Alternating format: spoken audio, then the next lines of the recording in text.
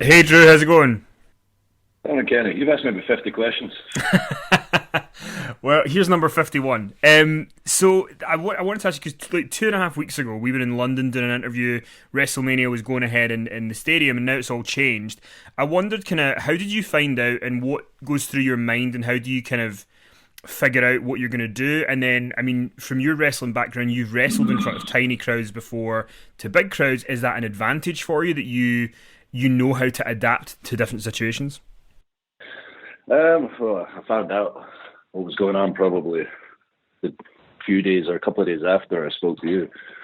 You know, things kind of got crazy around about that time, and obviously my reaction was, disappointment and anger, and God, I can't believe I've waited this long for this opportunity, and it's not going to be the way I envisioned it.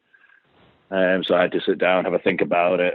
I had to talk with the wife about it. Realize, there's a bit of a selfish way to look at it. There's, a different situation going on here. This is the world that's suffering here, and we've got a chance to make them happy. We're pushing on.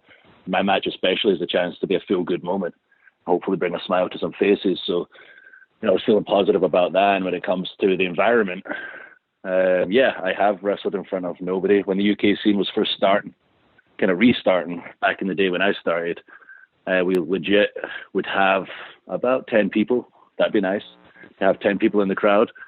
So it's not like I've not wrestled in front of nobody before. But at this stage of our career, it's more like, okay, how can we be creative within the confines of our situation? I think Mania itself, from top to bottom, is going to be pretty unique. In fact, I know it's going to be pretty unique. I've kind of described it this way because we've got our Undertaker Boneyard match in the Firefly Funhouse, and so many different settings going on. But it's WWE presents Mortal Kombat WrestleMania this year, and for myself and Brock, it's been a simple story in its build, and sometimes I think we overcomplicate things. And simple is the best story. Two big guys to like to fighting over the title. Who's the better man? I'll smash you, you smash me. Has been kind of the build, and shockingly, I have the upper hand on Brock Lesnar leading up into this match. And when we actually get to WrestleMania, it's basically a pub fight, a bar fight, and like putting a ring inside of a pub into huge guys battling each other, but nobody's allowed in the pub. Like, that's the way I'm looking at it. And also, without the crowd there, with the crowd there, no matter what, Drew McIntyre, Brock Lesnar would be very physical. With the crowd there, you wouldn't hear the strikes. I'm sure you would feel them, like just how hard we lay into each other.